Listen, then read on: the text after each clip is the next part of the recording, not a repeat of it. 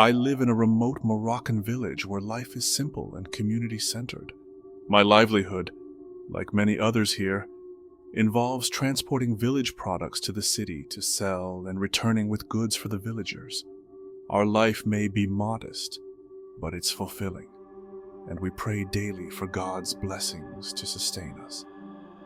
In 2010, however, something strange disrupted the peaceful routine of our village. A child was born, but from the moment of his birth, it was clear that he was not an ordinary baby. His skin was unnaturally pale, a stark contrast to the other babies, and his tongue was split down the middle in an unusual and alarming way. Despite his oddities, the baby appeared healthy, and life carried on. As the child grew older, more peculiarities began to surface. By the time he was 3, distinct lines appeared on his hands. These lines weren't like anything anyone had ever seen and caused significant concern among the villagers. Hoping for answers, his parents took him to the city for medical treatment. Doctors conducted numerous tests, only to be left puzzled. They noted that his blood was a light pink color, far from the deep red of ordinary human blood. Despite this, the child was in perfect health, and no medical explanation could be found for his unusual features. Life continued, and the boy grew up alongside the other children in the village. By 2014, he was a regular part of the community, yet his mysterious traits only deepened. Then one day, something unimaginable happened. The boy disappeared without a trace. The day began like any other, until the boy's parents discovered that his bed was empty. Panic set in as they searched their home and the surrounding areas, but he was nowhere to be found. The entire village joined in the search, combing every possible hiding place, yet it seemed as though the earth had swallowed him whole. For 3 days, there was no sign of the boy. The villagers were on the verge of losing hope when a mysterious man arrived in the village.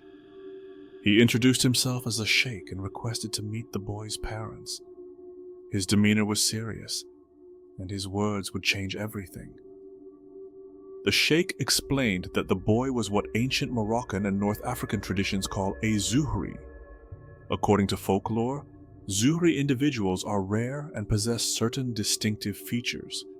These include pale or pinkish blood, unique lines on their palms or tongue, and an unearthly shine in their eyes. Such traits connect them to the spiritual realm, making them highly sought after by sorcerers and magicians. Magicians, he revealed, often use Zuhri children to locate hidden treasures.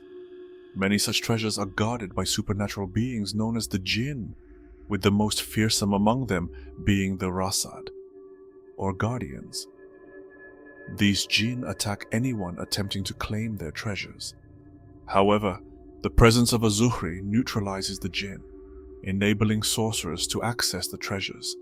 Tragically, the process often ends with the Zuhri being sacrificed. The sheikh's explanation sent shivers through the villagers. He suggested that the boy's disappearance might have been orchestrated by someone seeking to exploit his unique nature. However, he offered a glimmer of hope. An ancient ritual described in forbidden books that could potentially bring the boy back. The ritual, he warned, was dangerous and required absolute precision. The parents, desperate to see their son again, agreed to perform the ritual under the sheikh's guidance. The entire village gathered to witness the event. The ritual was complex, involving precise recitations and steps. It had to be done letter by letter, without a single mistake.